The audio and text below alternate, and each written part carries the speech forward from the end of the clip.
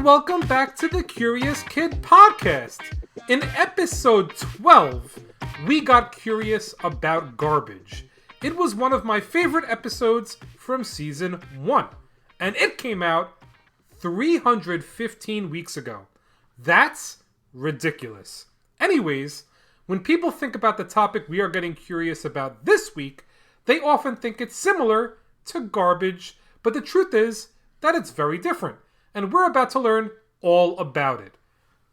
Double mailbag! Double mailbag! Hi, my name is Jessica, and I'm from Winter Park, Florida, and my kids, Harper and Reid, love to listen to your podcast. We want to tell you what we're curious about. Hi, my name's Harper, and I'm curious about hospitals, diabetes, and Harry Potter. My name is Reid, and I'm curious about recycling and composting. Thank you, Olivia and Jacob. We look forward to the new season of the podcast with all the changes so that we can learn more about these topics. Hi, Jacob and Olivia. My name is Dmitry, and I'm 7 years old. I live in Chicago, Illinois. I'd like to get curious about recycling and composting. We listen to your podcast every day on our way to and from school. It's the best way to start my day. Thanks, and keep getting curious. Those messages were incredible. Composting is super interesting, and we can't wait to learn more. Let's get curious for Harper, Reid, Dmitry, and also for Mrs. Stevens' 5th grade class in Dallas, Georgia, because they also wanted us to get curious about composting.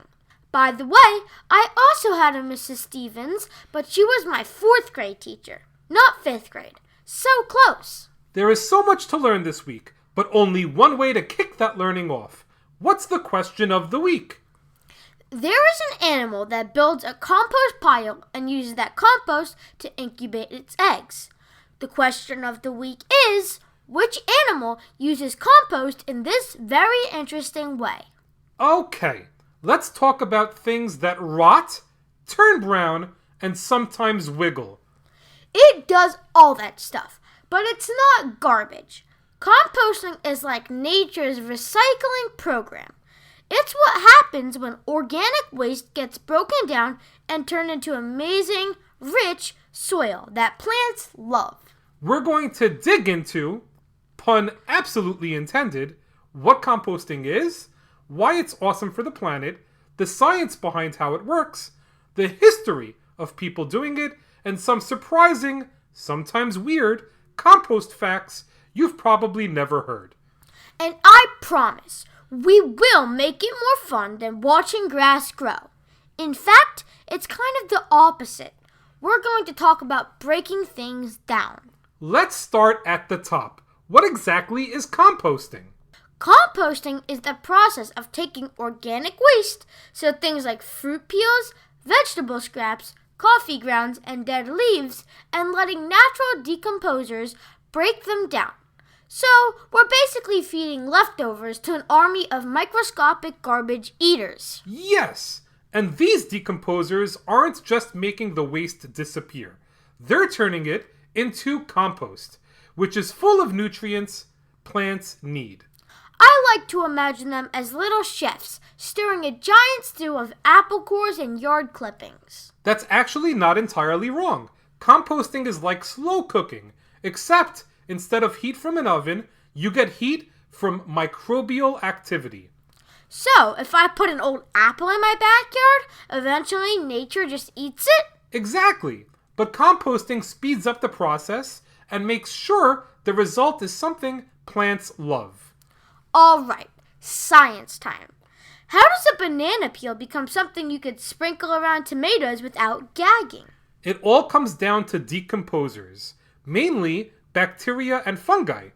These microorganisms eat the organic matter, breaking it into simpler molecules.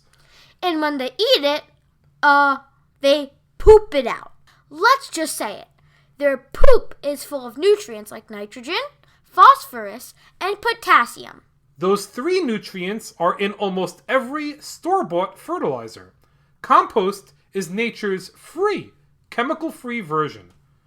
So, instead of buying plant food, you can literally make it in your backyard. Yup, and here's the wild part. While they're eating and breaking down waste, these microbes produce heat. A compost pile can get as hot as 140 to 160 degrees Fahrenheit. That's really hot, even hotter than the water in a hot tub. Exactly. The heat comes from the sheer number of microbes working really hard all at once. So it's like a tiny city of bacteria having a construction boom, and the heat is from all the work that they're doing? So if I just throw everything from my trash into a pile, I will get compost? Nope, you need a good mix of greens and browns. Greens are moist, nitrogen-rich materials like fruit scraps, veggie peels, grass clippings, and coffee grounds. Browns are dry, carbon-rich materials like dead leaves, straw, and shredded cardboard. If you get the mix wrong, you may run into problems. Too many greens, and your pile will smell pretty stinky. Too many browns, and it will take forever to break down. So composting is part science experiment, part cooking recipe. And you also need to keep it damp, like a wrung-out sponge, and turn it to give it air. This is starting to sound like caring for a pet, a very slow, dirt-making pet. Here's my favorite part. How does composting actually help the earth? When food waste goes into a landfill, it gets buried where there is no oxygen. That makes it break down anaerobically, producing methane gas. And methane is bad news. It's about 25 times more powerful than carbon dioxide at trapping heat in the atmosphere. Composting prevents a lot of that methane from forming. So throwing a banana peel into compost instead of the trash can help fight climate change and improve soil so plants can grow better.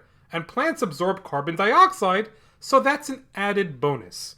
Composting is so neat. I wonder who invented composting. Technically, no one. It's just what nature does. But humans have been doing it deliberately for thousands of years.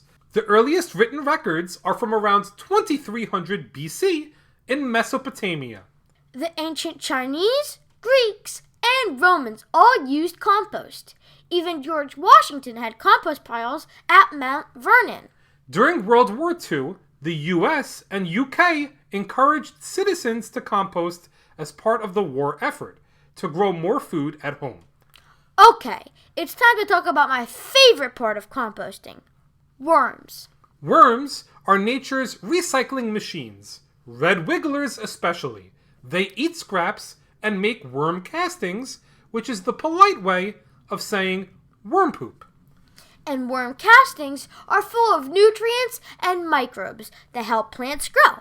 So worms are basically tiny farmers who work for food scraps. And in addition to worms, compost piles can have beetles, springtails, centipedes, ants, and even mites. Does all this talk about composting make you interested in starting your own compost? If so, we have a plan for making your own compost at home.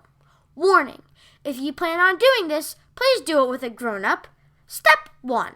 Pick your container. It could be a bin or even a worm box for indoors. Step 2. Add your greens and browns. Step 3. Keep it moist and turn it every week or two. Step 4. Be patient. In a few months, you will have compost. You buy a pair of socks, that's 2 socks. You buy a pair of Bombas socks, that's 4 socks. Because one purchased is one donated. Socks are the #1 most requested clothing item in homeless shelters. So when you buy a pair of super comfortable Bombas socks, you're also donating a pair. Bombas customers have powered over 150 million donations. So Bombas would like to thank you 150 million times. But we only have like 30 seconds. Go to bombas.com and use code AUDIO for 20% off your first purchase. That's BOMBAS.com and use code AUDIO at checkout. Alright folks, we knew someone who dug up some great facts about composting. Here with 5 unbelievable facts you need to know about composting is Noah. Take it away, Noah! Fact number 1. World's largest composting facility in California handles more than 1,000 tons of waste a day. Fact number 2. In space, they've tested composting astronaut waste to recycle nutrients for growing food on Mars. Fact number 3. Composting doesn't smell bad like many people assume. A healthy pile of compost smells earthy. Fact number 4. With the right balance of greens and browns, you can get compost in as little as 8 to 10 weeks. Fact number 5. Making compost is not hard work. Nature actually does most of the work. You just have to help it along a little bit. Nicely done, Noah. It's time to answer the question of the week. There is an interesting animal that uses compost to incubate its eggs. Olivia, which animal does this? It's the Australian brush turkey. It collects decaying material and puts it together to form a mound. The mound heats up as compost tends to do.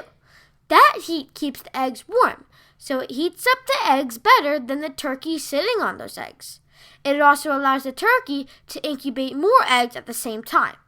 To make this even cooler, the turkey checks on the temperature of the compost pile with its beak. Then it will add or remove material from the compost to make sure the eggs are sitting in a compost pile at the perfect temperature. Nature is awesome! Isn't that cool? Well, that's a wrap for this week's episode. Thanks so much for listening to this week's podcast number 327 on composting. Great job, Olivia, and great job, Harper, Reid, Dmitry, and Mrs. Stevens' 5th grade class for an episode topic suggestion that definitely wasn't garbage.